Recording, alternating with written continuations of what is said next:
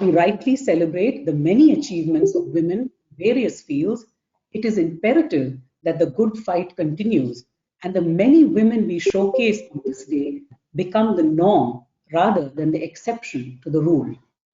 The Rajiv Gandhi Centre for Biotechnology is based in Thiruvananthapuram, Kerala, and encourages the participation of women at all levels. The number of women scientists as well as students is testament to this fact. But there is a long way to go still for representation and participation of women in many institutions in our country. We have tried to put together an exciting panel of women who have paved the way by leading major scientific institutions in the country, as well as inspiring us to reach for the stars by their actions. We hope these short talks about their experience and journey today will inspire the younger generation, especially, to boldly go where no man, or should I rather say, no woman, has gone before. At the end of each talk, I would be happy to pose a few questions to the speaker, depending on the time constraints. Please do send in your questions in the chat box during the talk with your email contact too. And a very warm welcome to joining us for the virtual gathering organized by RGCB on the occasion of International Women's Day 2021 with the theme Women in Leadership, Positions to Achieve an Equal Future in COVID-19 World. Our first speaker is the Director of National Institute of Virology, Pune. She took over her position as the director just 2 months before the COVID-19 pandemic hit India. Since then, she has been at the forefront of fighting this crisis. It was under her leadership that NIT isolated the SARS-CoV-2 virus for the first time in India. It enabled the development of indigenous vaccines and rapid. She obtained her MD and PhD in clinical virology from the Christian Medical College CMC Vellore. She was the head of the department of the clinical virology at CMC and has served in the Scientific Advisory Committee of Indian Council of Medical Research, ICMR. She has also been involved in the national surveillance studies on viral infections. Please welcome Professor Priya Abraham to share her inspiring story with us.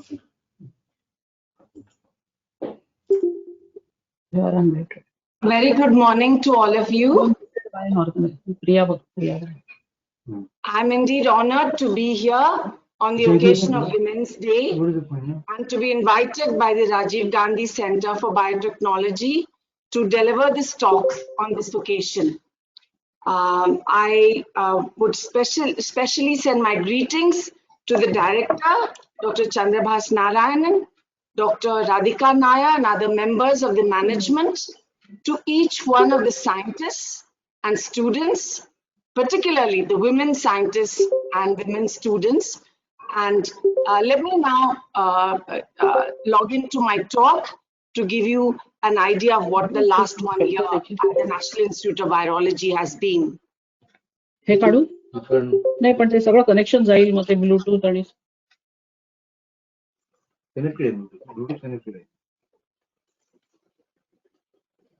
Are you able to see my slides? आता त्यांनी mute केलंय. Yes, yes. Yes? Just 1 second. Just 1 second.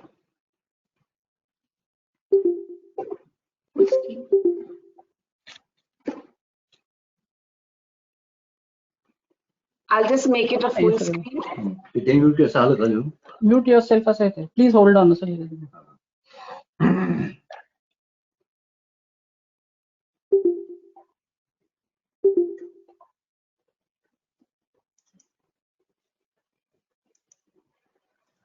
Are you seeing it in full screen now? Yes, yes. Hello? Yes. Yes, ma'am. So here I am at the ICMR National Institute of Virology, and this has been an institute for the past 7 decades, whose mandate was to investigate novel emerging, re-emerging viral diseases. So it was not surprising that well before we were given an official mandate to embark on this, that, sorry, I'm having some technological glitches here.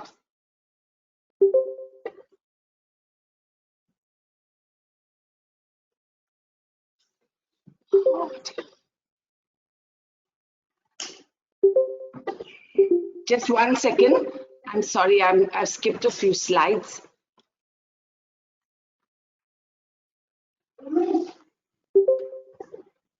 Little unfamiliar with this platform, so bear with me.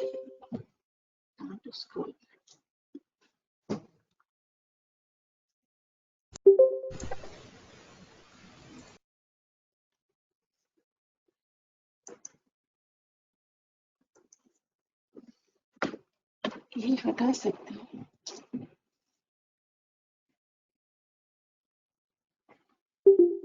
Bear with me, I'm just trying to move some icons out of the way so I can view my full screen.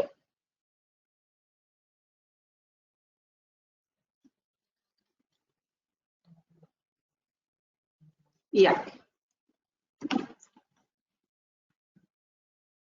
So,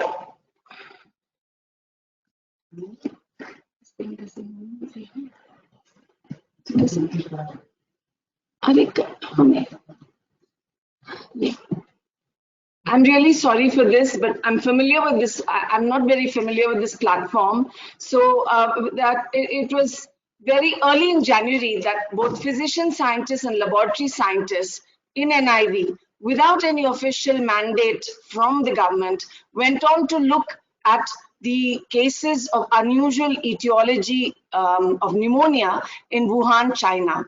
Our medical scientists put together the clinical data sheets, the case definitions, and all of that. And the laboratory scientists went on to put together an assay that could potentially detect this novel coronavirus. So these are the sheets, the clinical data sheets and case report forms that we set up. Of course, our reference documents were WHO documents and our earlier influenza data sheets, which we had battled with a decade ago. So not surprisingly, by 30th of January, we reported our first 3 positive cases, the first 3 in India. We quickly went on within a week to make reagents to detect this, pass on technology to 3 of the virus research diagnostic laboratories that were strategically located closest to the airports, along with standard operating protocols, as well as actually giving them, shipping out the reagents to them. Within the next week, we made our own positive controls and dispatched them because, as you know, that's a very important part of quality control. The scientists here in NIV at the National Influenza Center, headed by Dr. Varsha Pudhar, went on to fine-tune this assay from a 4-tube assay to a 2-tube assay. And finally, in June of 2020, we were able to actually put together a single tube assay wherein all 4 primers could be put into that tube along with the probes, and that actually enhanced our throughput of detection. So this is the 1-tube assay, which has been made into a little compact box. It's of course now in high magnification, and it would interest you to know that this was spearheaded by 3 women. So we went on to test. We were the first lab to test for the country, and we passed on technology to 13 labs, and by about May, June, this was 107 virus reference diagnostic laboratories with several hundred other government labs following this technology. So rain or shine, the samples with their containers were first decontaminated, taken quickly to the laboratory, unpackaged, and testing was set up. It was important that with the load of patients, we had to do a 3-shift testing system where we had peaked up to 3,000 samples per day. So it was not important just to test in 3 shifts, but we also had to report these results in 3 shifts. So I had to draw on other scientists and technologists from other departments of the institute, apart from the National Influenza Center. And I'm very happy to say that all of them offered their full cooperation, making this task much easier for us. Now, when we send out reagents, it's important that a QC check has to be done every time we send out. So as primers, probes, and enzymes were all put into this little miniature box, and positive controls also were bunged in, a QC before dispatch was vital. This is what you're seeing in action. And then we became experts of what is known as logistics and shipping. And what you can see here is several boxes lined out in our garage, where we were putting in these reagents to be sent out over the length and breadth of the country.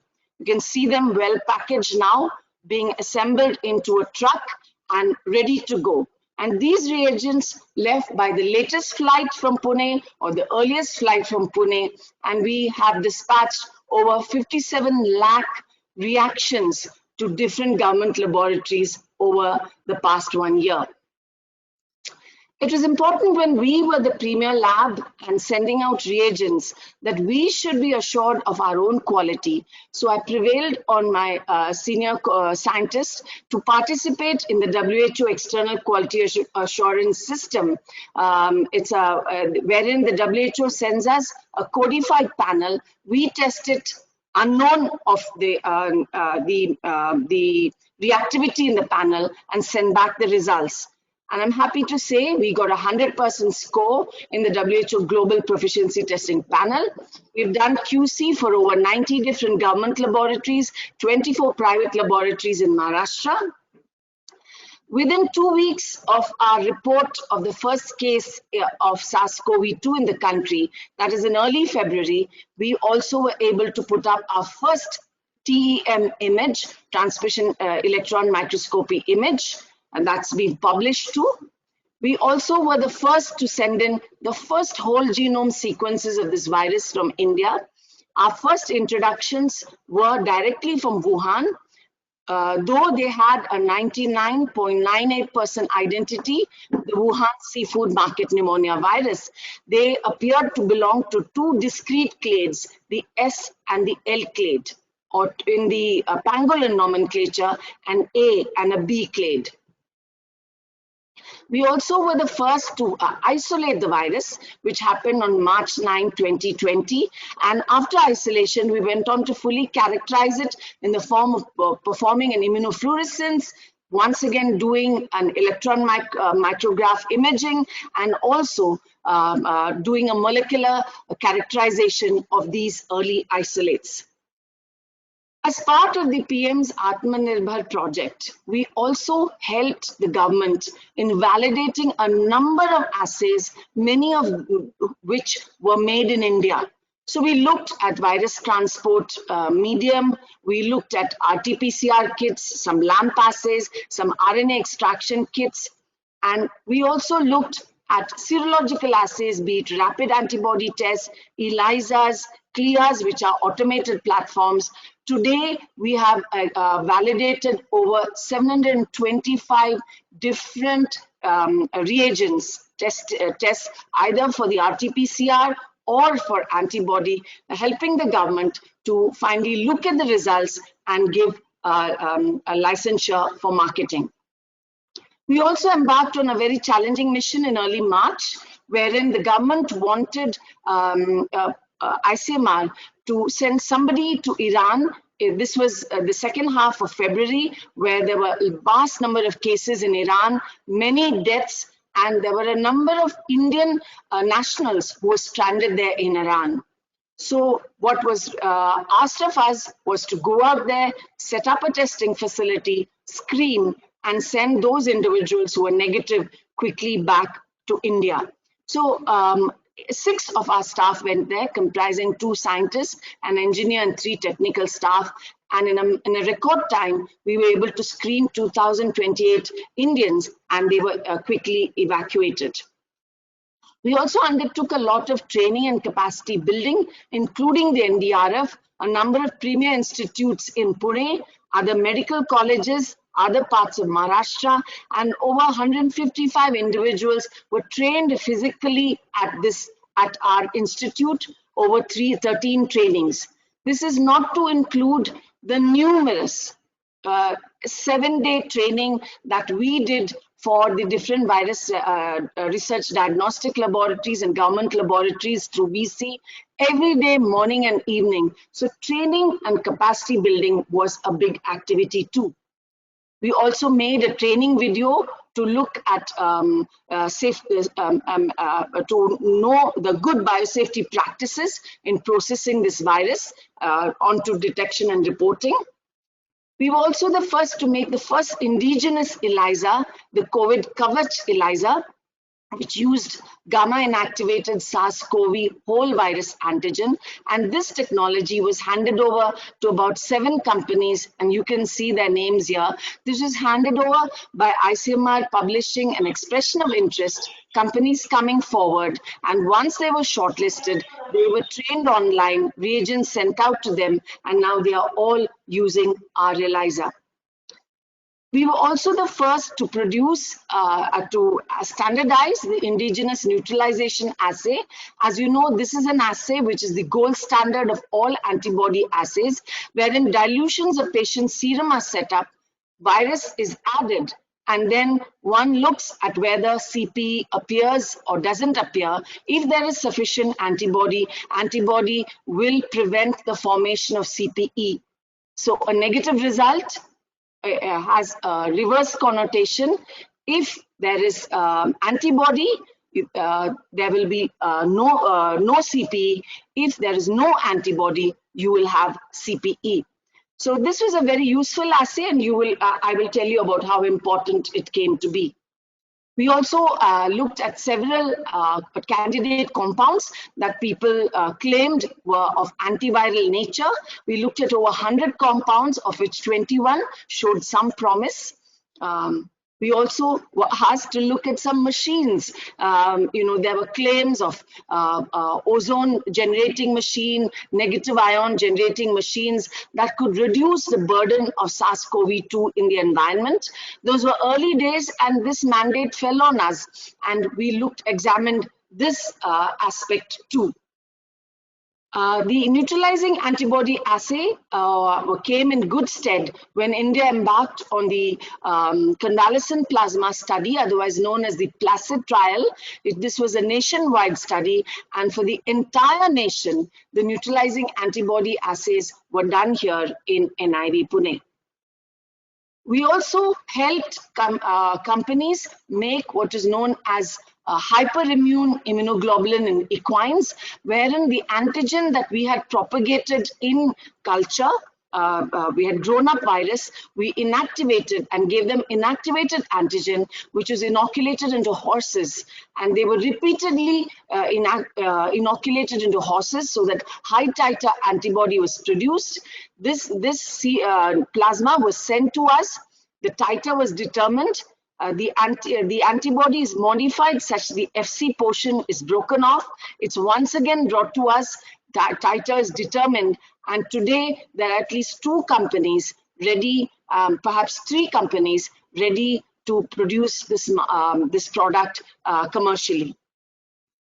The first company was Biologicals E from Hyderabad, and Serum Institute of India, which also undertook this venture, came to us for the same need. So you can see that because we had been able to propagate the virus, we also interacted with many companies because they came to us either for whole virus, which Bharat Biotech International did when they went on to make the vaccine using the strain of the virus we gave them. Companies that wanted to make the equine hyperimmunoglobulin, those who wanted to make the ELISA also got the antigen from us, and a number of premier government institutions also approached us for inactivated antigen, positive and negative controls. So this is a timeline of how we embarked on the development of the completely indigenous Indian vaccine, Covaxin, wherein once we had isolated the virus and a strain was selected, this was handed over to BBIL by the end of April. BBIL inactivated the virus, brought it back to us. We further characterized the virus, and then preclinical studies, first in hamsters, then in non-human primates, began here in NIV Pune. Then we helped them with the phase 1, phase 2 clinical trials, and the rest is history. We also helped Zydus Cadila with the their non-human primate experiments, part of the animal or preclinical trials for a vaccine. They have a DNA plasmid vector-based vaccine, wherein they had vaccinated primates with their vaccine candidate. The primates were shipped, sent in a van to NIV Pune after the animals were acclimatized, screened and tested. They received a virus challenge, and then we did the post-virus challenge studies from then on. We've also helped Serum Institute with their third candidate vaccine, which is a receptor binding domain VLP vaccine. They're completely indigenous vaccine. This is not the Covishield. And again, we help them with their preclinical studies in hamsters. Today, we have biological Evans coming to us, Reliance Healthcare, and the list is only going to expand. So our work has been truly translational. We have helped the MolBio that markets TrueNat with standardization of the RNA extraction method and point of care test, which is in wide use, both in the government and private sector. There was development of the IgG ELISA, which we transferred to these companies.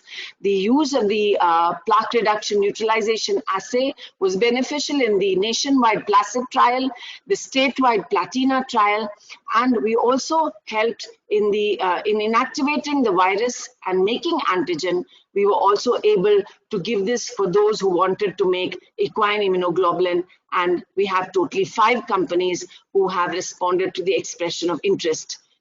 This is also our efforts, because we had the virus and we could grow it, we could interrogate antiviral compounds and the vaccine studies, which I just spoke to you about. As a result of the intense activity, we have signed several MOUs, MTAs, and license agreements. Today, it is maybe 27 plus another 6 that are 6 more that are in the making. We also become one of the biorepositories for the country. Both us and our peripheral units in Bengaluru and Kerala are biorepositories of clinical samples to test for SARS-CoV-2. We've also been winners of several awards. The India Today gave us the best testing facility, this was in October, and I got an individual award for a business excellence and innovative best practices Academia Award. We also got another healthcare leaders award for exemplary institution in combating COVID-19. We've also been able to publish quite well over the last 1 year. As of now, we have over 40 publications, and these are some of the good publications that we've had recently. Journal of Travel Medicine, Nature. We have one earlier in BMJ related to the PLATINA trial, Lancet Infectious Diseases, Journal of Travel Medicine, Lancet of Infectious Diseases, in viruses, eye science, and so on. Now, all this was possible because I was able to work together with a fantastic team. You can see that all our scientists fell into different verticals, be it for sample testing, for kit validation, the virus research, be it genomic characterization, drug repurposing. Dr. Cherian was one of the people who took drug repurposing forward, immunological studies, animal studies, and EM studies. Other activities that included purchase procurement, which was of a phenomenal amount, overall logistics, training, MOU preparations, MTA preparations, interaction with the media, of which I've had many interviews. And then, of course, I also thank our 3 peripheral units at Mumbai, Bengaluru, and Kerala, who also followed suit in helping us execute this wide repertoire of activity. So I would say leadership is the ability to facilitate movement in the needed direction and have people feel good about it. I'm quoting Tom Smith, much acclaimed author and a partner in leadership, co-founder of Partner in Leadership. And I think this is so true in a situation like this. We have miles to go. I had the opportunity to welcome Prime Minister Modi to Pune when he touched down on the helipad of Serum Institute of India. This is our prestigious BSL-4 facility, wherein all our animal experiments for vaccine took place, our virus isolation took place. Thank you. These are our 2 campuses, and thank you once again for having me on this important occasion. Jai Hind. Thank you, ma'am, for the motivating talk. It was truly inspiring to hear your leadership role in these testing times. Thank you. We now present a short video on RGCB women scientists, followed by tribute to COVID-19 warriors of RGCB.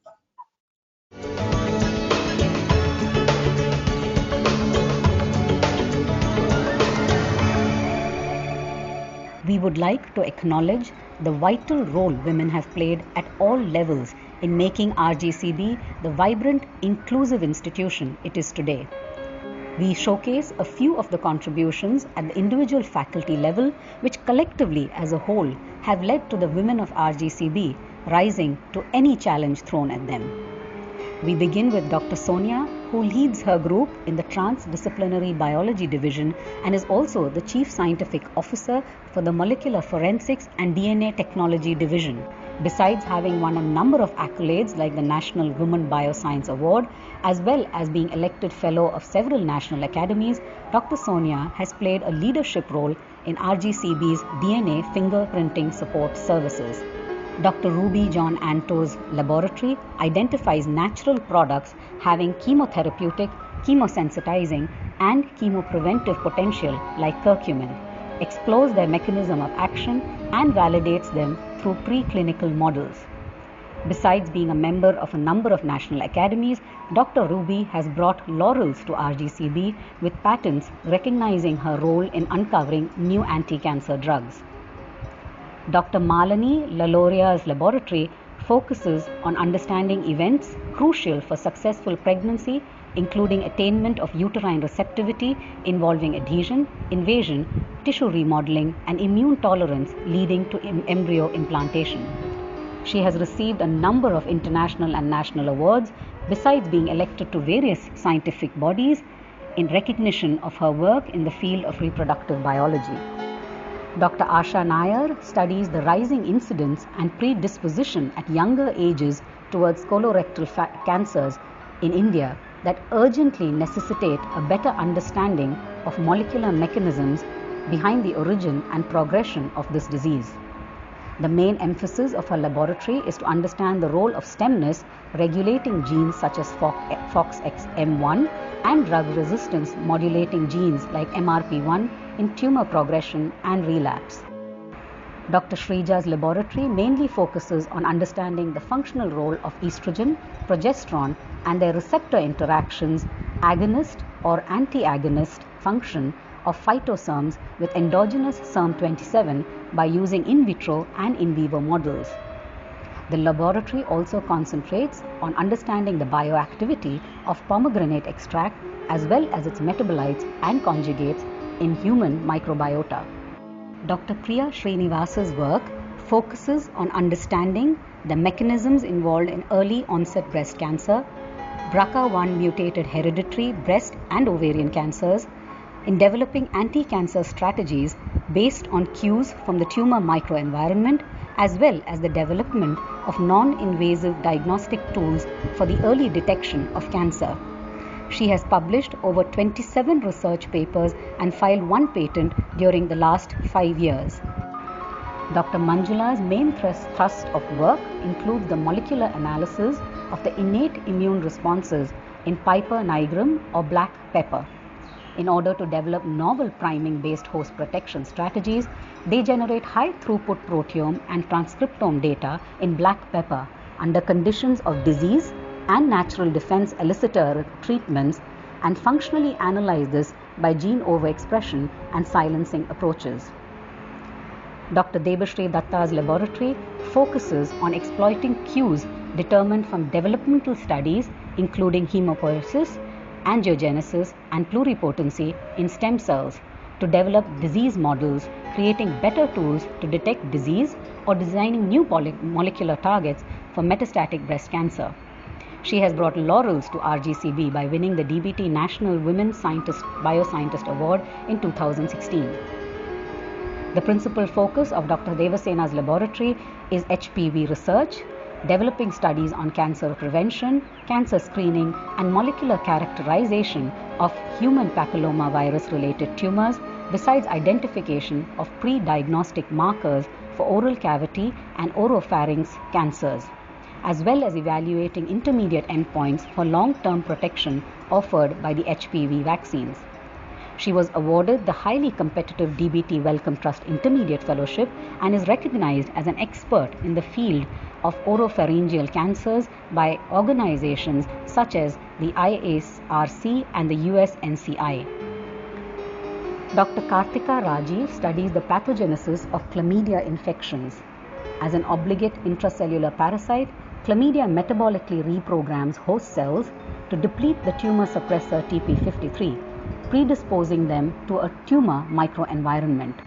She is the recipient of a number of international awards and has made key discoveries in the field of chlamydia biology. The main theme of Dr. Rashmi Mishra's laboratory is to elucidate the design principle that may remodel surface dynamics of brain tumors, neural stem cells, and neurons that are crucial in the origin and progression of neurological diseases, with particular emphasis on galectins and lipid rafts as the central modules. The preclinical leads are in the process of being escalated to translational platforms, and the work on drug repurposing has been recognized through publications and awards in national and international settings. Dr. Annie Das's research program looks at the involvement of non-coding RNAs and associated proteins in stem cell maintenance and also their correlation with HPV-mediated tumorigenesis in cervical cancer. She is currently investigating the roles of piRNAs, which are overexpressed in cervical cancer and could be used as biomarkers for early detection. Dr. Sumi's work involves understanding the precise molecular mechanisms involved in the pathogenesis of venous diseases. Her findings from the past 5 years have been published in a number of peer-reviewed international journals and conferences. Dr. Surya Ramachandran's research goal is the use of multiple omics data for developing biomarkers and point-of-care tests for prognostication as well as predicting acute events in chronic cardiovascular diseases. She is the recipient of several awards from the International Academy of Cardiovascular Sciences, Canada, for example, and serves as the General Secretary for the Indian section of IACS. Dr. Sarah Jones investigates how influenza viruses evolve in a population exposed to natural infection compared to being vaccinated, and the molecular factors involved in measles vaccine failure. Her major findings show an epidemiological shift of measles infections to older populations that has raised a new public health challenge due to the increased sensitivity of the disease in vulnerable populations. The primary research interest of Dr. Radhika Nayar's laboratory is on investigating mechanisms underlying the metastatic cancer phenotype by integrating genomic, epigenetic, and proteomic data with an eventual goal of identifying metastatic activators and suppressors that may offer new targets in treatment of metastatic disease. She is the recipient of a number of national and international awards and has published several manuscripts in international peer-reviewed journals on the theme of metastasis. Dr. Saraswati Nayar's focus is on studying hormone-related genes and transcription factors in unicellular green algae. She is currently working on delineating the functions of genes from microalgae for application in algal strain improvement that has resulted in 3 publications and 1 patent file.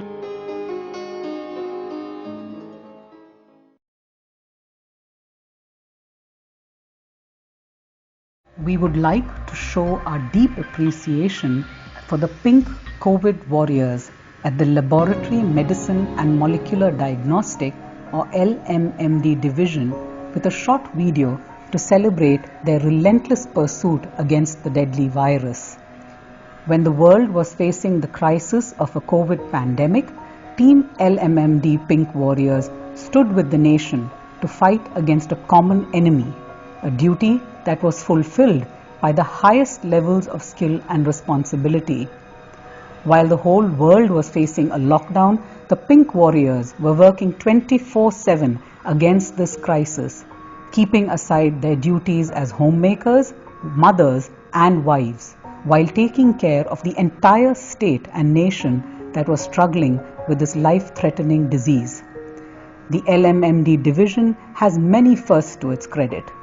It is one amongst the first ICMR VRDL testing labs in India. It is the only laboratory in the Government of India with NABL, NABH and ILAC accreditations.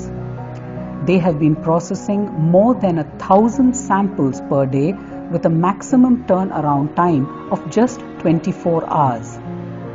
The RT-PCR testing for samples are collected from various locations that include Thiruvananthapuram, Kollam, Idukki and Ernakulam.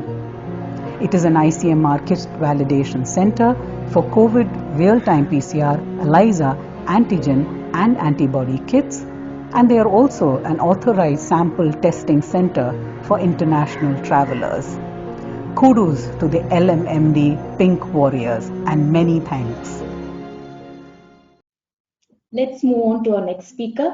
She is the former director of Advanced Center for Treatment, Research and Education in Cancer, ACTREC, Tata Memorial Center, Navi Mumbai.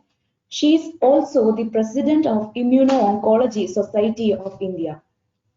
After obtaining her PhD from the University of Mumbai in 1983, she completed her postdoctoral studies from the prestigious Max Planck Institute for Immunology in Germany. Her research primarily focuses on understanding the immune scenario and immune dysfunction in cancer patients. She has 35 years of research experience, 123 publications, and 2 patents to her credit.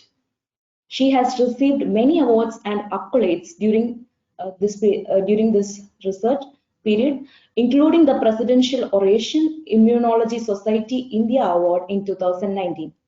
She has been appointed as the office bearer of more than 20 national and international funding agencies and task force committees. It is a great privilege to welcome Professor Shubhda Chiplungar. Over to you, ma'am. Thank you. At the onset, I would like to thank Dr. Narayana for the invitation and for putting up this wonderful program, and also congratulate the RGCB team. I was asked to speak about my journey in science, and frankly, I feel my journey is not unique or exemplary. There are several women in different walks of lives who have faced greater challenges and emerged and faced all these challenges very successfully. And I salute all these women today.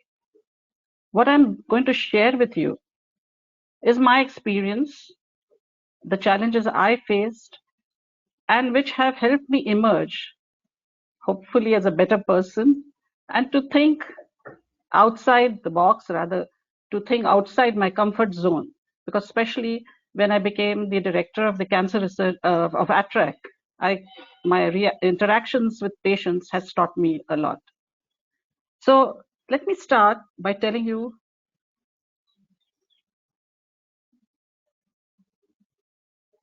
why is it not moving?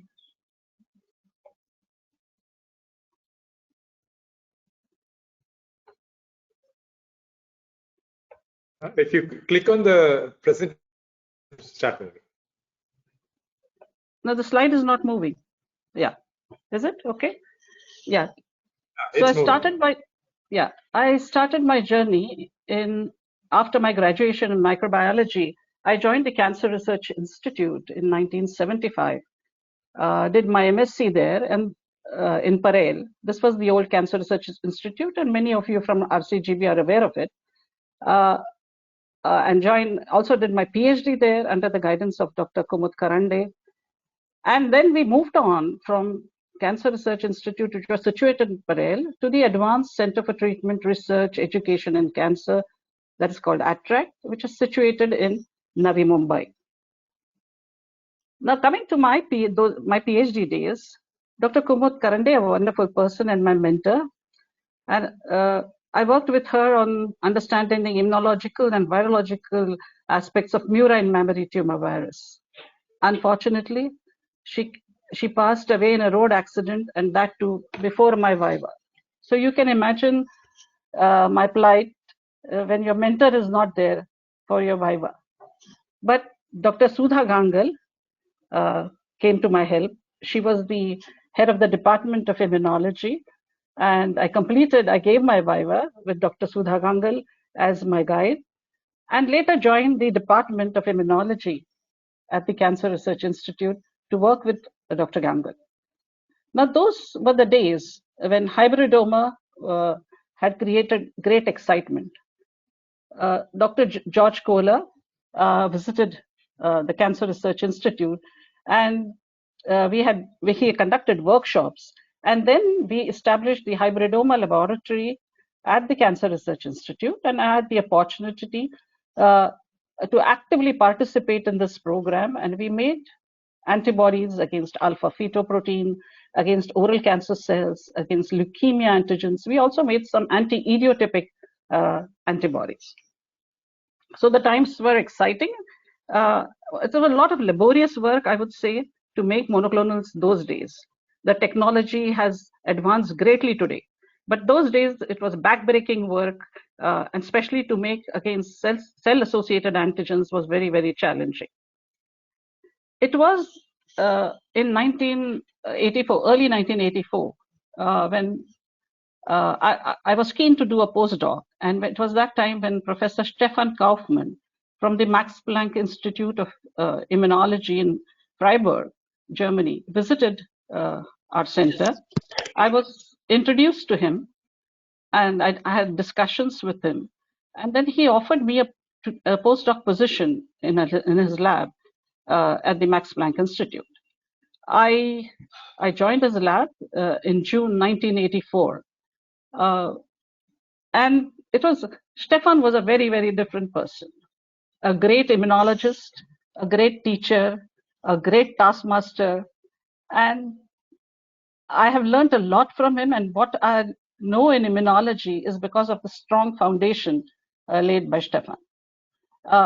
He put me onto a very, very challenging project, and that was to make cytotoxic T cells, clones, against Mycobacterium leprae.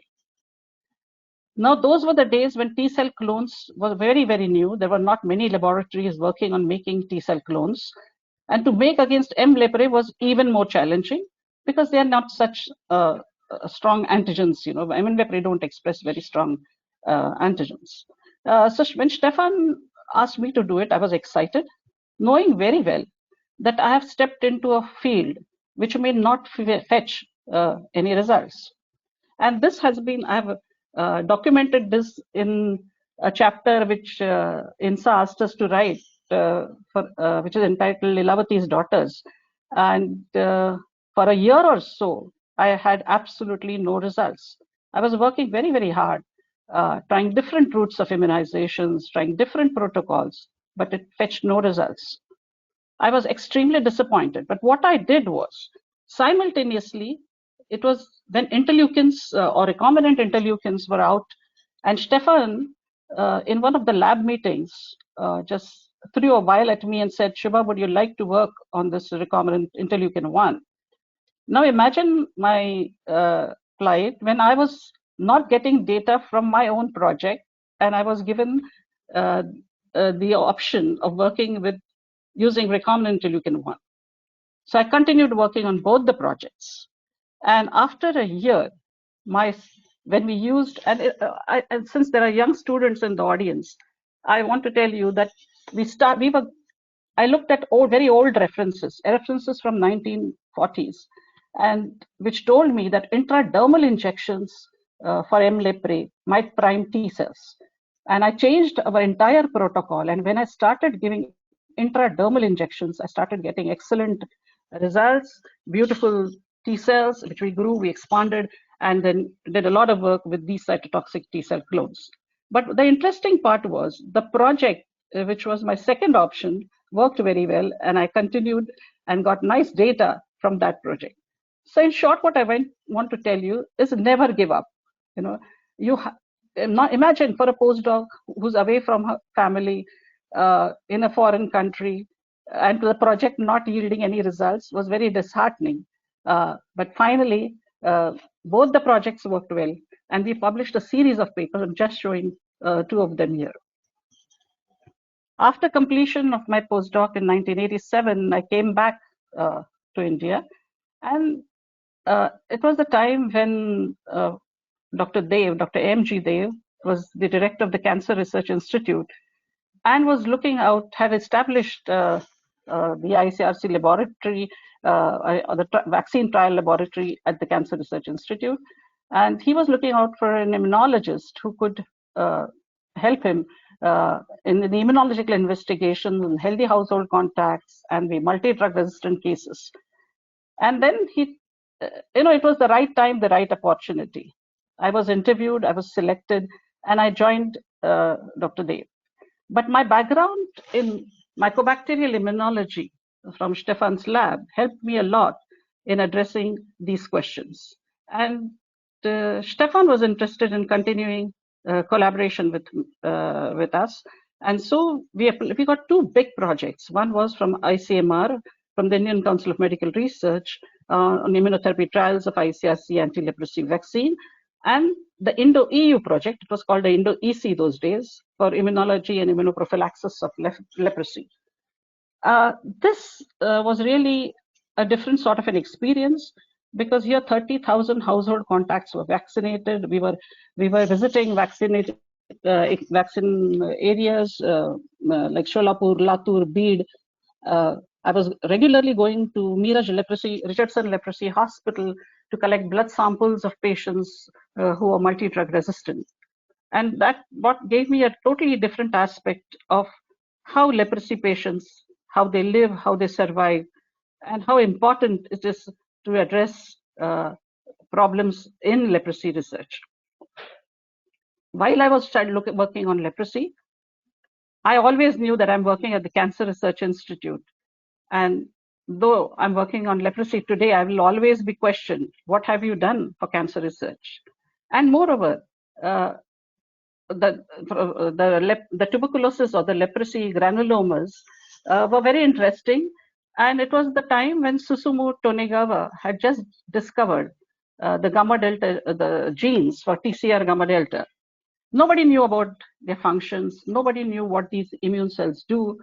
But I was so deeply interested that I had decided that when I go back to India, I would work on gamma delta T cells. And this is what I exactly did. Okay, this is one of the papers where we looked at M. leprae, and we published a series of papers trying to identify the leprosy bacilli, characterize, look at the immune responses, the T cells, B cells, NK cells. We didn't leave any problem, unaddressed in related to the ICRC leprosy vaccine. So continuing with my story of gamma delta T cells, today immunotherapy is in the forefront and has gained a center stage in the treatment of cancer patients. And I'm happy and I'm lucky to be working in this field for past so many years. I started with gamma delta. My research focus was very clear. I decided that I would always have a basic research component. Of course, I must admit that you can't plan it. You cannot say that I'll have a basic research component and a translational component.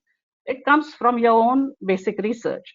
So I had a basic research component, a translational component, and I was also deeply involved in several clinical trials trying to address the immunological questions that arose in these trials.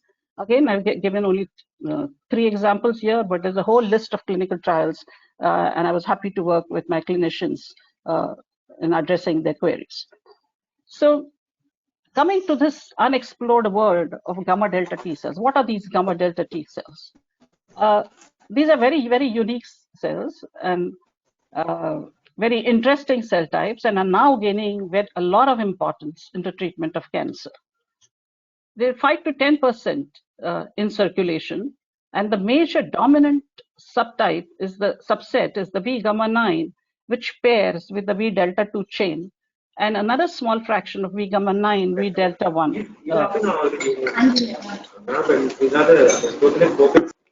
Best part is these are MHC, they do not require antigen presentation like the classical T cells. And upon activation, they produce tons of interferon gamma and TNF. And they're highly cytotoxic and they can kill tumor cells.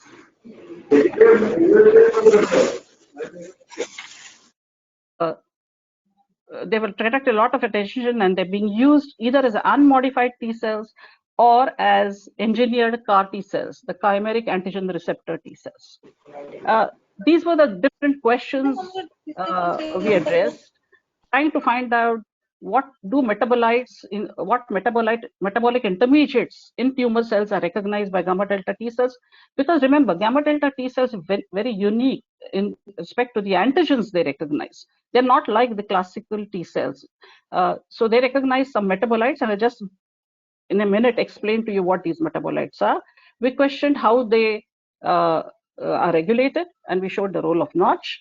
That Notch dictates the cytotoxic functions of gamma delta T cells. We also looked at various downstream signaling and the crosstalk which occurs between interleukin 2 signaling and Notch signaling in gamma delta T cells. We addressed the question of epigenetic regulation of gamma delta T cells. So over the years, we have addressed a lot of questions related to gamma delta T cells and their subsets and their role in tumor immunity. One interesting point, what I want to tell you, is that gamma delta T cells are activated by one of the chemicals, which are bisphosphonates. Now, these bisphosphonates are normally given to treat patients with osteoporosis, postmenopausal osteoporosis, or to treat skeletal malignancies in patients who have bone metastasis, breast cancer or prostate cancer or multiple myeloma. Now, the bisphosphonates inhibit farnesyl pyrophosphate synthase in the mevalonate pathway, and this mevalonate pathway is an obligate intracellular pathway present in every cell, which is required for the synthesis of cholesterols, dolichols, vitamins. And when NBPs inhibit farnesyl pyrophosphate, they upregulate an intermediate called isopentenyl pyrophosphate, which can activate gamma delta T cells. So this is where we focused on how IPP or isopentenyl pyrophosphate activates gamma delta T cells. We published a series of papers. I'm not going to go in the details, but just give you a gist. We showed in a paper published in 1999, nobody in India was working on gamma delta T cells. We showed that gamma delta T cells recognize heat shock proteins on oral tumor cells. Later on, when we got the news about bisphosphonates activating, we showed that if you coat tumor cells with bisphosphonates, they're actively killed by gamma delta T cells because of the upregulation of intracellular isopentenyl pyrophosphate. We later showed that Notch, which actually plays a major role in cell fate decisions or in lineage discrimination, also plays a role in regulating effector functions of gamma delta T cells. So we use siRNA targeted approaches. First thing, it was the first report which showed that in gamma delta T cells, it is the Notch that regulates the cytotoxic functions. After having addressed the question of gamma delta T cells in various solid tumors, ranging from breast, oral, cervix, and even in gallbladder, we decided to question what do gamma delta 2 T cells do in liquid tumors, that is in leukemias and blood cancers. Now, why was it interesting? Because leukemias are clonal malignancies. They're clonal expansions of cells, and you can classify them as alpha beta clonal or gamma delta clonal. Now, here is an interesting point. When I approached our clinicians initially and said, because there is a standard protocol of treating these pediatric patients, the acute lymphoblastic leukemia patients. See, and I must share with you that they were not interested. They were not interested in finding out how many of the patients are clonal gamma deltas or clonal alpha betas. But they never stopped me. They said, we'll give you all the cooperation you need to give you the clinical samples. So we profiled our patients. We looked at our leukemic patients, and we found that 30% of our patients are clonal gamma deltas. This then again made me more interested in the project, because I wanted to see, is there a difference on patients who are clonal alpha betas and clonal gamma deltas? Which would they predict? Would this serve as a marker to predict the course of the disease or the overall survival? And here was the answer. Those who are clonal gamma deltas survived much longer, and while those who are alpha betas came down much earlier. This made the clinicians very much interested in the project. So when you have an idea, when you have a thought in mind, you have to prove it. You have to convince that it has a translational component. And I was successful in doing that. And then we went on to do further studies to show how these gamma delta TALs behave differently. We showed that they have more cytotoxic potentials, that the leukemic blasts are killed more efficiently by gamma delta T cells. Then we went on to address the question, because as I said, immunotherapy is now has taken the center stage, and the checkpoint inhibitors have come to the clinics, and it's therefore very, very important to understand the immune scenario or the immune landscape of our tumors. In fact, I would suggest that if you all have not initiated this activity, one can start that at the Rajiv Gandhi Center to profile all the tumors immunologically, then and create a database of the TILs, or the tumor infiltrating lymphocytes. In our own way, we looked at the oral tumors and the pancreatic tumors. Oral tumors which are very well infiltrated, and pancreatic tumors are not so, and so these are called as hot tumors and cold tumors. And we wanted to study what is the influence of hypoxia in regulating differentiation and anti-tumor effector functions of gamma delta T cells. This manuscript is recently published, and we showed that hypoxia profoundly decreases the functional abilities of gamma delta T cells. We were also interested and addressed the role of what happens, because I told you bisphosphonate like zoledronate is used in the treatment of skeletal malignancies.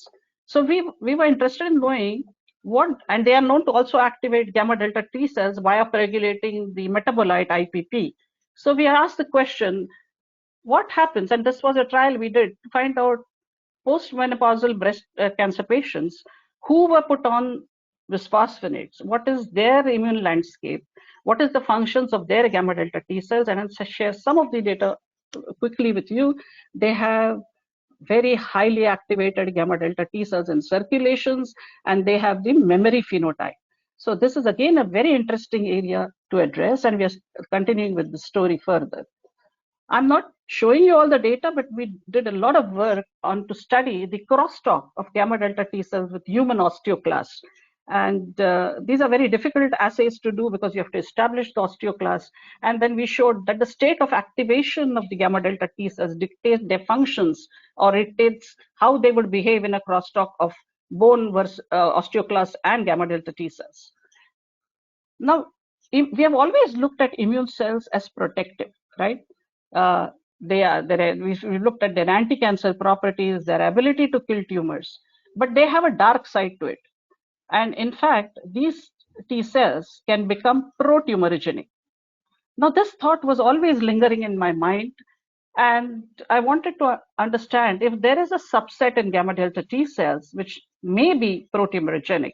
And naturally, from the literature, we know that IL-17 producing cells contribute to this effect. So we again, and this study we did in gallbladder cancer patients, because gallbladder cancer develops on a background of inflammation, that is cholelithiasis.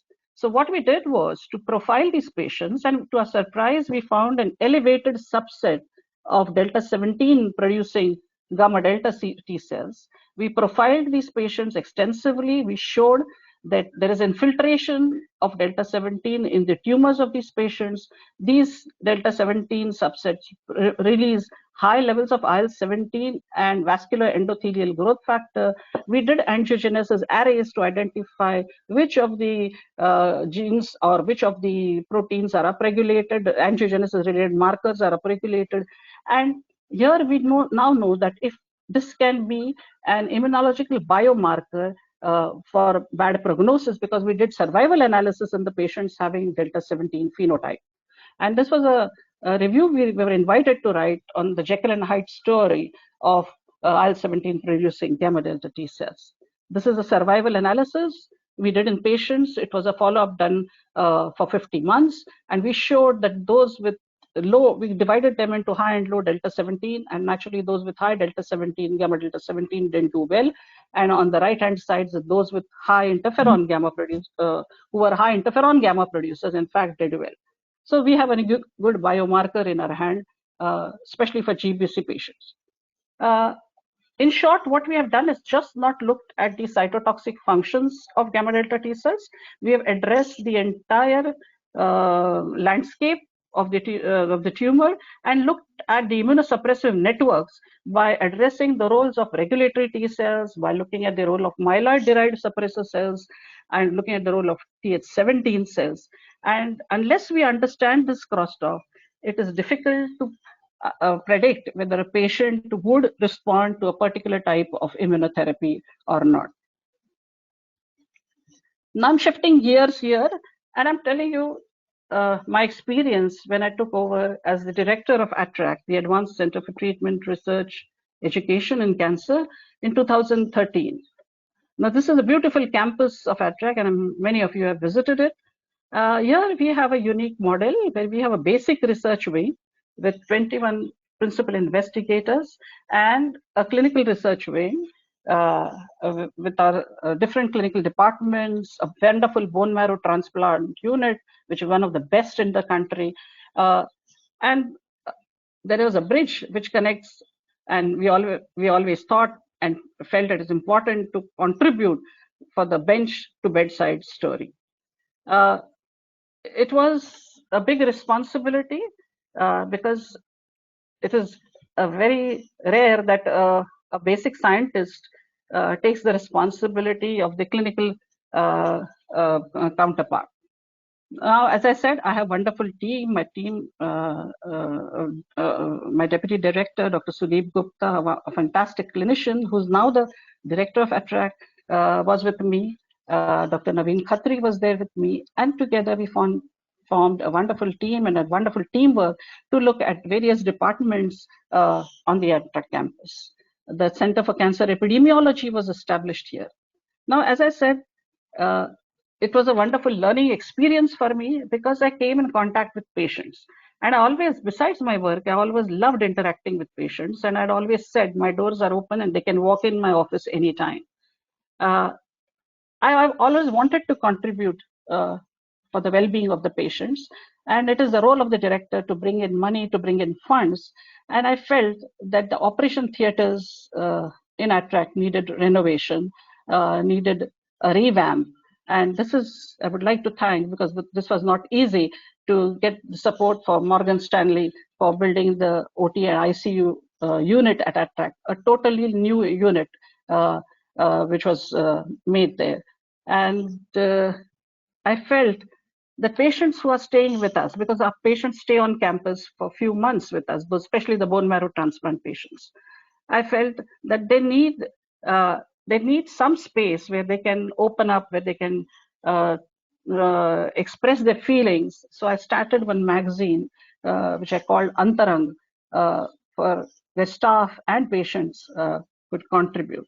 So this was totally a different experience outside my research or my gamma delta T cell research. which taught me and enriched me in many ways.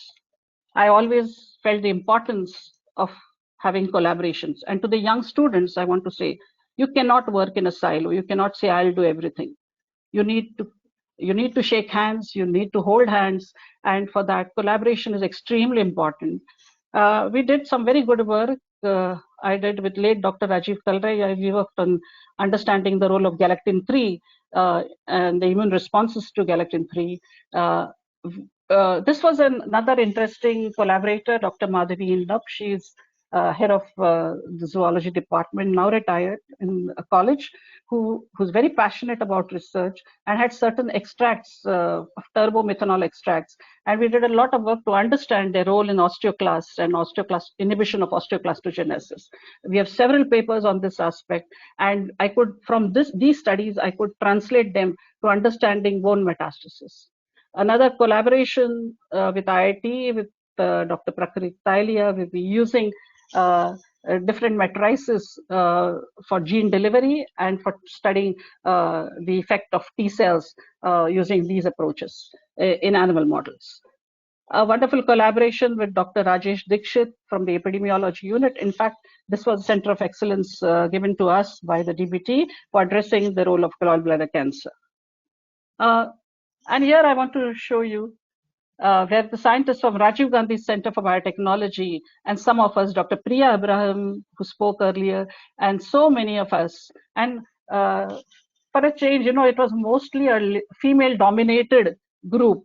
We had Dr. Sengupta from NIBMG, with Priya Abraham, Dr. Neetu Singh, myself, and several from the RGCB. We did some wonderful work in understanding molecular variants of HPV-16 associated with cervical cancer in India. With Dr. Jayashree from KidY, we were able to do region-wise distribution of the high-risk papilloma types in squamous cell carcinoma of the cervix. This brought us together on a common platform. And I'm happy to say that these contacts we cherish, and we are still in touch with each other. And it has given us a lot of enjoyment knowing each other. Another important aspect is industry-academia collaborations. And I've learned and realized that for academia to be interested in your research, see, they look for applicability. How will it be useful to the company? The industry-academia collaboration, I made no effort. When they read about the gamma delta T cell work which we were doing, the Unilever people from Netherlands approached me, because there's a compound called as alkylamines, which are present in black tea and green tea, and these are known to activate gamma delta T cells. So they used to advertise. Some of you must have seen Unilever advertisements. Immunity makes the difference. They approached me, and we initiated a big project on understanding how alkylamines activate gamma delta T cells. We looked at the mechanism, and I enjoyed this interaction with the scientists in Unilever. Another industry academia partnership again came to me, was from Bristol Myers Squibb, and this is, I would say, just brought to completion very recently, where we are looking at the anti-tumor effect of gamma delta T cells, especially in colon cancer patients, which is related to tumor instability. So we're looking at MSI high and low patients and trying to look at the immune scenario in both these subgroups. I also participated, or rather, I still remember the program of Science Initiative in Ayurveda, which was initiated by Professor Valiathan and Dr. Chidambaram. And I was invited to put in my inputs as an immunologist. And I enjoyed doing this work, because we always question our own Ayurveda, that it needs evidence-based medicines, but then it is our responsibility to contribute to understanding this science, this great science. So we participated in a project which was immunological and metabolic responses to therapeutic course of Basti in obesity. It was very interesting. We had a tough time publishing this paper. No American journal was ready to even accept this paper. And Dr. Valiathan said that we have to get it published, even if it is in an Indian journal. And I myself was surprised to see that Basti can modulate immune responses to such an extent, especially in patients with obesity. We did another project with IIT on safety and bioactivity studies of Jasad Bhasma with Professor Belare, and its process and intermediate in-process intermediate in Swiss mice. Again, here it was looking at the immunomodulatory effects of Bhasma. Besides my research work, I have participated in, taken additional responsibilities, and I thoroughly enjoyed these. I was the President Secretary for ICR, for Indian Immunology Society. I'm currently also the President of the Mumbai Immunology Group and the Immuno-Oncology Society of India. We do several teaching programs, workshops through both these societies. And also, I'm the member of the International Union of Immunological Societies of the IUIS. I'm enjoying that a lot, especially post-retirement, where I can give much more time and contribute to the functioning of these societies.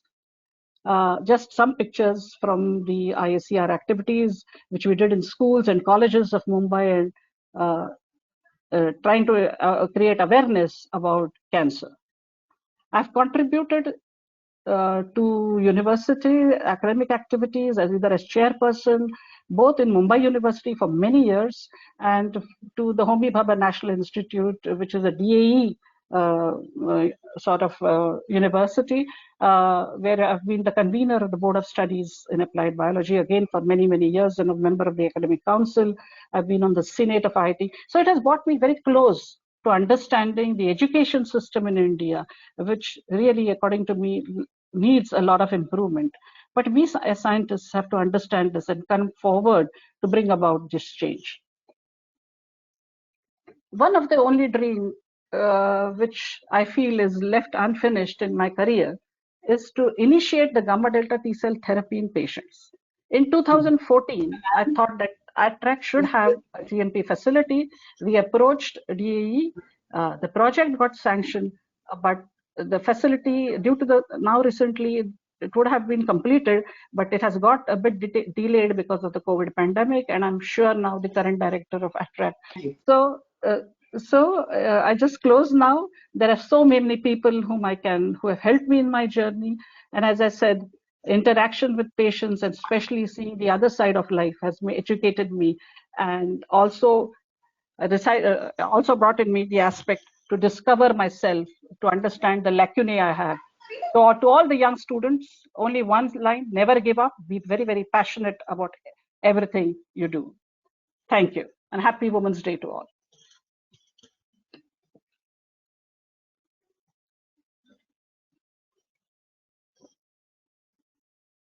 Thank you, ma'am, for the insightful talk.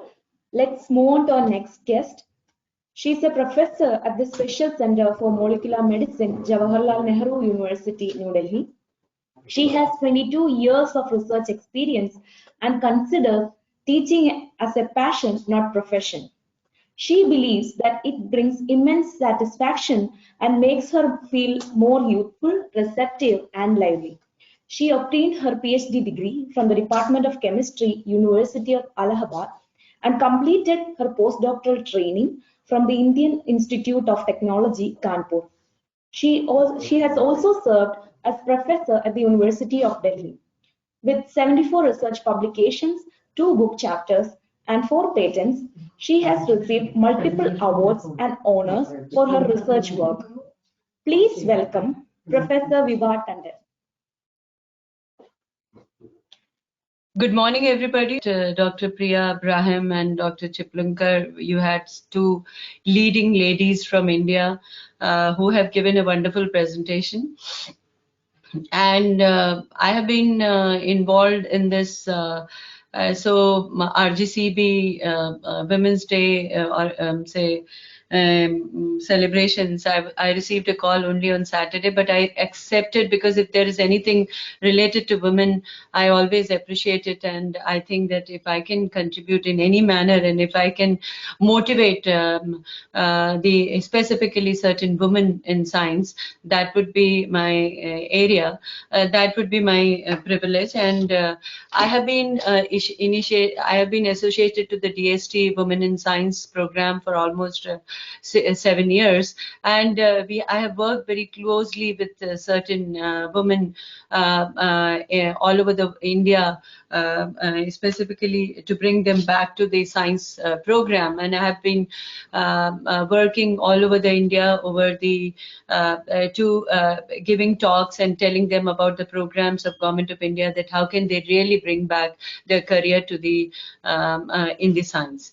So if I have a presentation, and I think I'm not speaking about myself. I myself work in two areas, that is the cancer and the antibiotic development, and we have developed certain molecules which are in the clinical phases, and as a radioprotector and radiosensitizers, and even in the antibiotics also, we are working very closely with the WHO for the development of certain molecules which work against the priority pathogens of India and priority pathogens of the launched by the CDC, which are highly multi-drug resistant bacteria. So these are the two areas in my lab. But what I just wanted to tell you people, I just wanted to show you some data that how the journey of the people, of the women in science have started. And I have only taken the data from the Indian women. And most of you must be knowing about the Kadambini Ganguly, and she has actually the first female graduate who has graduated from in the area of in the Calcutta Medical College in 1886. And after that, if you go there was the Dr. Kamla. She tried to do the PhD in physics from IC Bangalore, and Professor C.V. Raman denied her. And after a lot of persuasion, she finally got registered at the IC Bangalore, and she got a degree in PhD from the IC Bangalore. And if you look at the what is the problem generally, what happens in the with the women, like when we teach the women in the sciences, you will find that there are, when I was a faculty in Delhi University, I used to have out of 100, we used to have almost 90 students from the who are doing say out of say 100, almost 70 to 75 students, girl student, and they were the toppers in the masters. But when it comes to the PhD program, all of them used to disappear. And where do they really go? And there are certain problems which are related to the women, and there are certain issues with the typically with the women in science. But if we talk about Priya Abraham, Professor Priya Abraham, we talk about Professor Chiplunkar, and there are so many. And now there are good numbers of people who are coming up in the area of science. But you will find that there is a completely leaky pipeline, and there will be a good amount of people as a university professor, but when you go higher to the then the number goes very low, and as I have been asked to finish this presentation in say another 5 minutes. I just want to show you that what happens in the case of there. So you can see that science, engineering, you will see here that in the PhD program, even in the sciences, there are good number of females are there, but in engineering they are come, in medical they are less. But in the sciences, you will find that even at the PhD program, numbers are good if you compare to the masters. But when you go further and further, so you can always see that almost 35.3% of the university sciences students are women. But where do they go? Why they are not at the higher positions? Why don't they get some, the acknowledgement? Why don't they get the awards? Why don't they get become directors? Or if I don't talk about the director, I should say, why don't they get enough positions as a policy makers? What happens? Is there any bias? There are number of issues which academies have found, and I am being a member of the Women in say Commission. I have seen that lot of biases are there, and we have recommended lot of changes also there.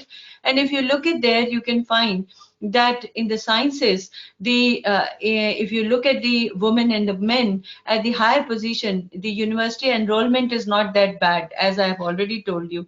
But if you go that what happened at the senior rank, you can very clearly see that the women at the senior rank and women at the junior rank, it's a very different scenario. Whether you go to the ICMR funded institutions, you can see here that the women at senior rank are very, very low, and this number has not largely increased. It has increased. If you go into terms of the percentage still remains the same. It's not large. It is a data of 2004, but if you go to the data of 2014 or 18, it is largely not increased or decreased. The only good thing is that I do not know, still people do not know that why in DAE funded institutions, the women in the higher ranks, they are higher in the number. So, but the positions, the faculties which go at the higher positions are always low in the number, or if they are women. If you look at the women as such, also you can see here that at the scientist in the institutions level also their numbers are not very good, not very encouraging, but it is there because almost 50% of you can see that almost the 35.3% people go in the masters in sciences, and that number has increased now up to 39%, but still the faculties or the women who are employed in the scientists, they are very low still. And if you go to this is older data about the Indian the Bhatnagar awardees, and if you look at their fellowships and their gender distribution, again you can see that the institutions like Indian Institution of the Bank, Indian Institute of Sciences also, their number is very low. And why it is low, you see here that what is the number of the women in the science, and you can see in the chemistry and physics, these numbers are really low. And numbers are good in the medical, in biology, because they think that the woman cannot do physics and chemistry, which is just a bias, nothing more than that. So if you go to the Bhatnagar awardees, this year data is not there because this year there are a good number of women have got the Bhatnagar award, but still you can see that the data is very bad in terms of the Bhatnagar awardee. If you go the number of women, which has now reached to the 20 women, but this data is not a good data in terms of the Bhatnagar awardees also. So are we really? What is the reason behind it, and what are the different policies which government is taking, and what government should do that the women in should come into their disparity can be reduced. So there are a lot of say recommendations have been given, and I would like to say that I would directly go to the recommendation, and I will not talk more about this. So there are certain issues like you should have transparencies in the job, and the woman-friendly practices should be there. There should be creche in every campus.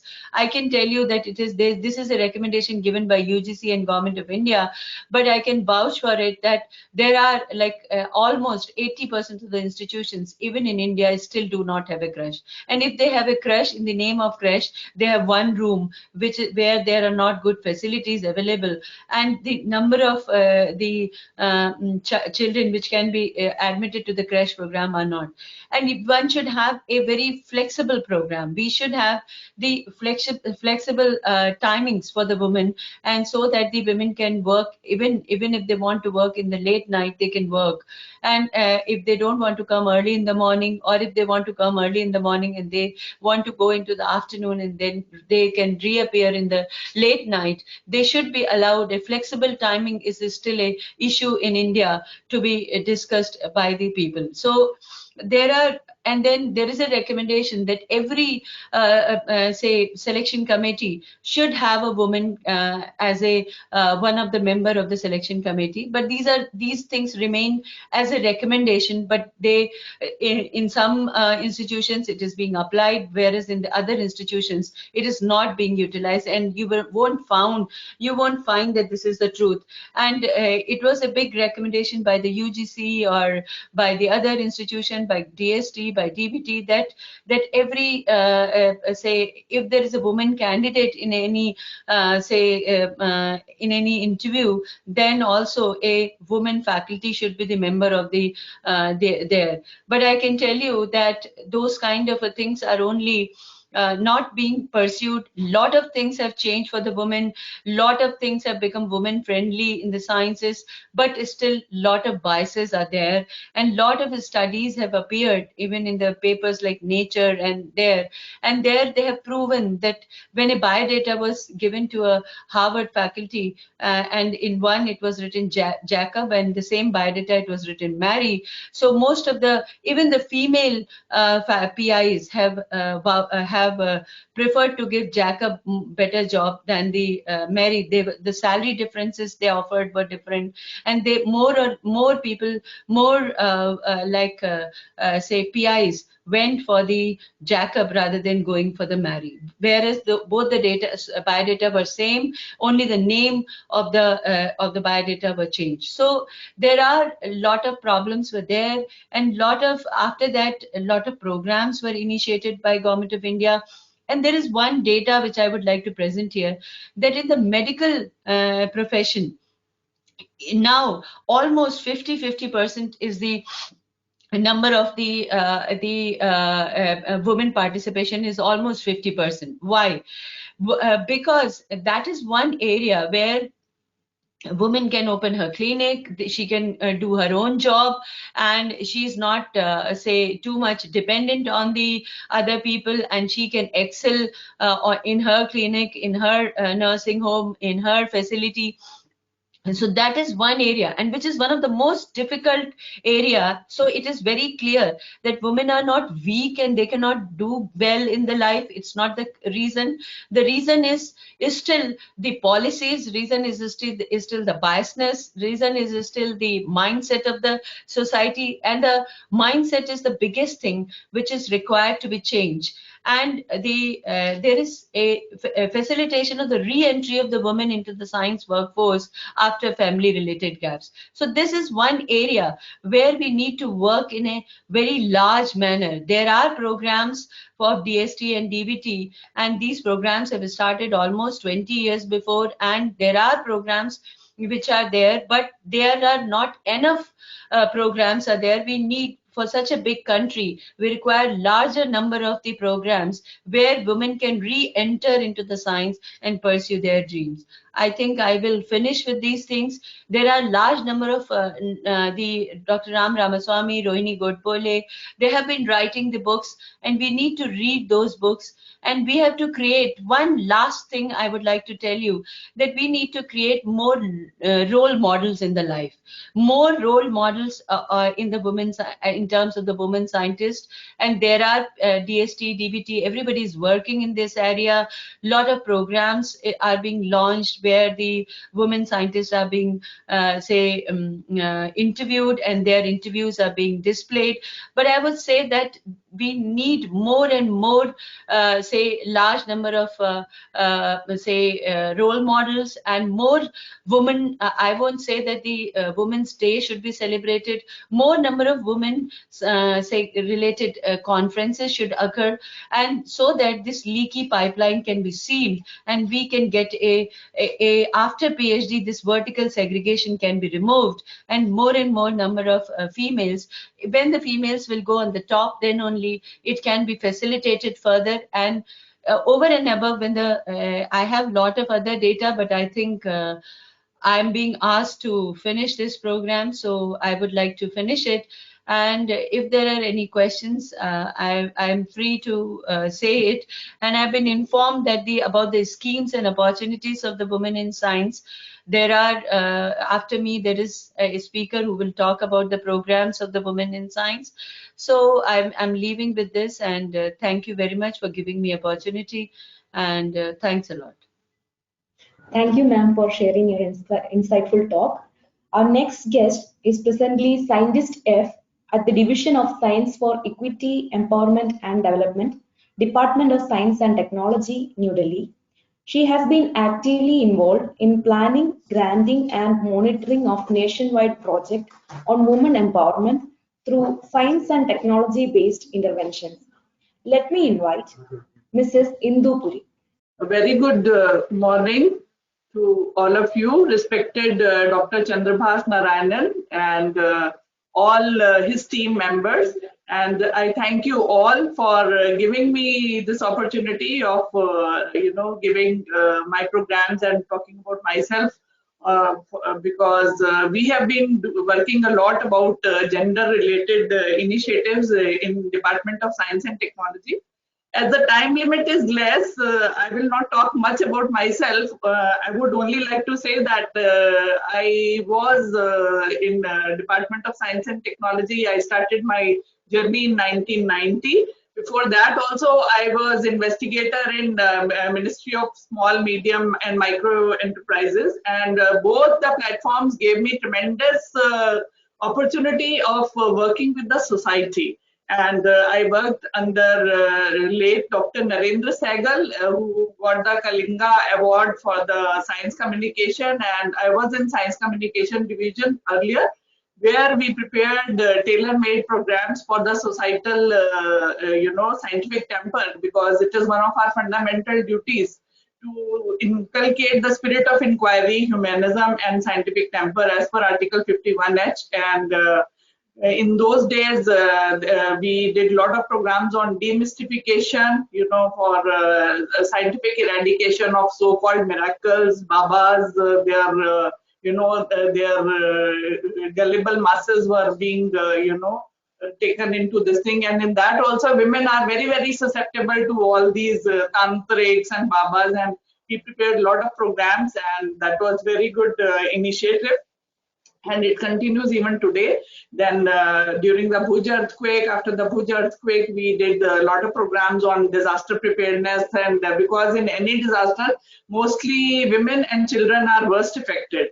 And then on food adulteration, when the dropsy, this thing was their illness, and a lot of ailments were there.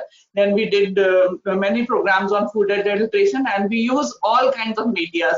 Film media, print media, folk media, and we have done a lot of work over there. And since 2017, I am working for the SMT for Women initiative of the SEED division, because this Science for Equity Empowerment division is dedicated to all kind of weaker sections and disabled people also, and women and SC/ST community. And we are doing that work which will go to the community, where we deal our programs on the science-led solutions and the appropriate technologies for the underprivileged, women and underprivileged masses. Because we deal with a different sector. We don't deal with the women scientists, but we see how this science and technology can improve the working of different groups, and I am focusing on women at the moment.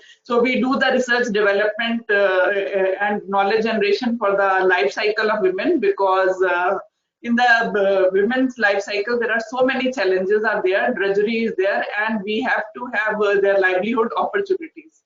So this slide is showing right from infancy to when the girl is young, and when there is a marriage. At each and every stage we have so many challenges, malnutrition, infanticide during the infancy, and then with married women there is a problem of family planning. Please, you kindly go back to the previous slide, please. Previous slide. Yeah. So I will tell you when to change. So family health related problems, and in rural areas, women are the chief suppliers of the water, energy also. So they have to fetch, and we need programs, to simplify their life. And then there are, at the menopause stage also, there are problems of osteoporosis, hormonal imbalance, and so on. Next, please. So, as Professor Vibha Tandon was also saying that women are paid less than men, and their participation also in the workforce is also less. So, what we can do about it?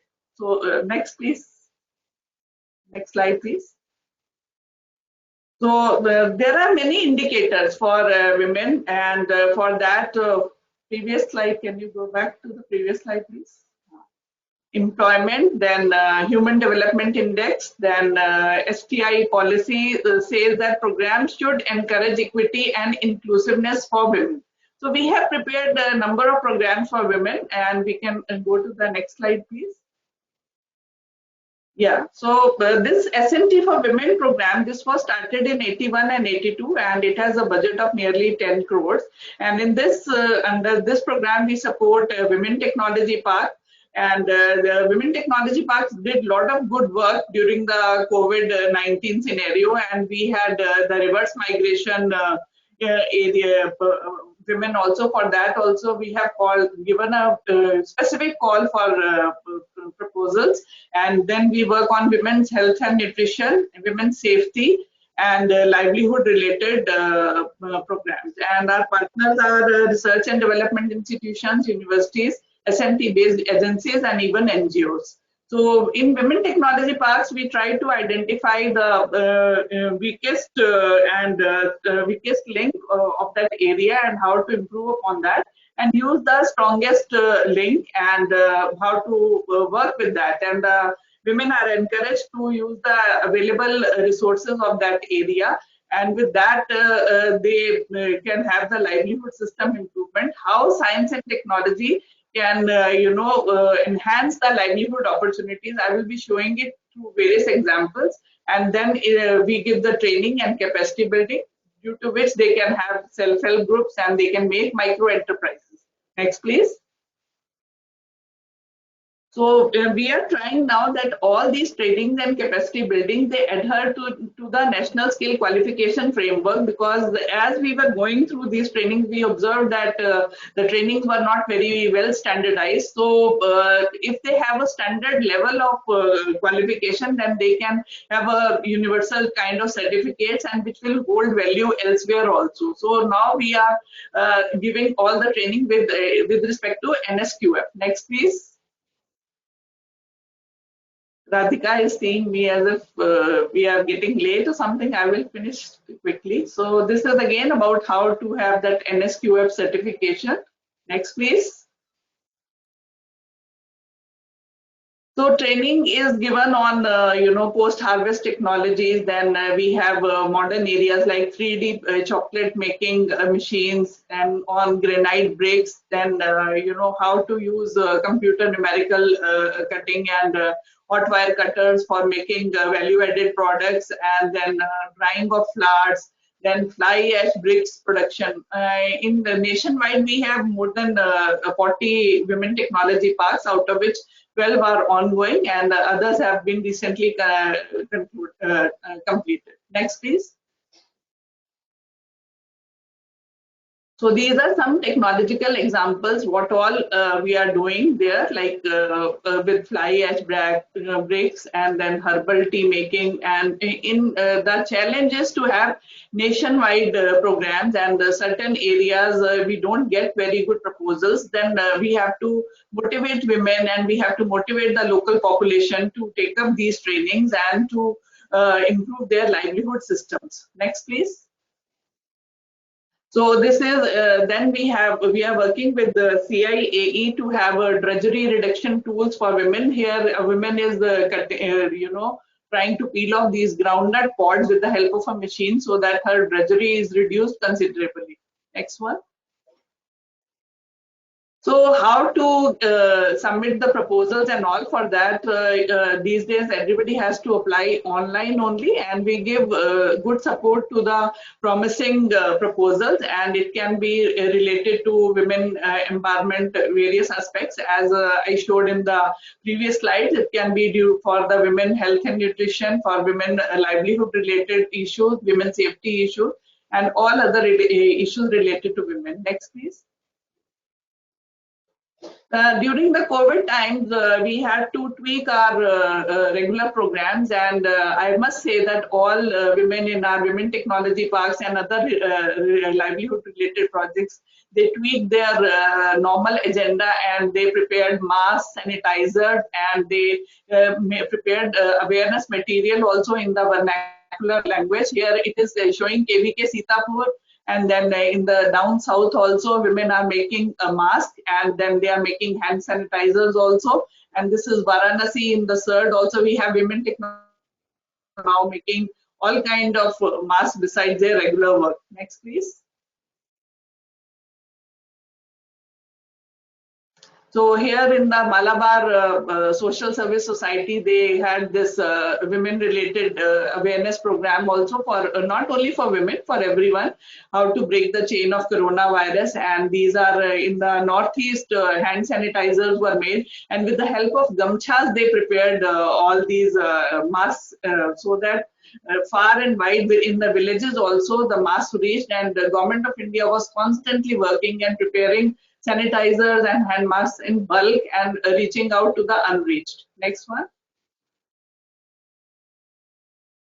So this is the, in nutshell, you know, what is the outcome. We have been doing trainings, and in the last 3-4 years, we have done for 10,000 beneficiaries, and we have propagated more than 250 technologies, and we are trying to address all the SDG goals ranging from, you know, gender equality to eradication of poverty and zero hunger, etc.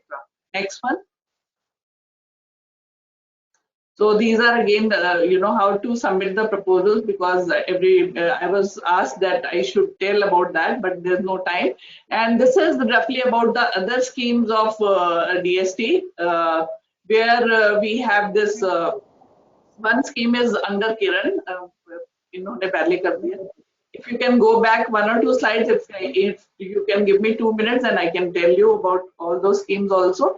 One is under the Kiran, WAS A, WAS B, and WAS C scheme is there, where one WAS A deals with the researchers and those women who have a break in career. That is the common thing. And WAS B is the scheme where women want to work for the societal projects, and WAS C is for the where they can get training in patents and other facilities. And besides that, we have launched Vigyan Jyoti scheme also, which is for the young girls, and they get hands-on experiences in many schools and in the college universities, that how to study the science. And this is about technology business incubators under Nidhi scheme, where the entrepreneurship development is encouraged. So this is in very short about the DST programs. Gati and Curie are other programs. In Gati program, we are trying the accreditation of the laboratories and universities up to the standard where they are sensitive to the women's needs. Can you show the Gati and Vigyan Jyoti slide, please? You can go back. Okay, yeah, this one is the under the Curie scheme, the infrastructural support is given, and we have given to the 8 women-only universities infrastructure. So I will wind up this, and thank you very much for giving me this opportunity, and I am available on. Thank you. I would like to close this wonderful session by thanking all the speakers for sharing their journey with us, that show that we all have our unique paths to tread as women in science and life. We would also like to thank Professor Shubha Tole for sharing her perspective on the path traveled in an illuminating and engaging video. We could only put this webinar together at such short notice due to the support received from the director, administrative, technical staff, IT, and the scientific coordination team. I would like to end by quoting Kalpana Chawla, who literally reached for the stars in her all too short but impactful life. The path from dreams to success does exist. May you have the vision to find it, the courage to get onto it, and the perseverance to follow it. Thank you all for listening and have a wonderful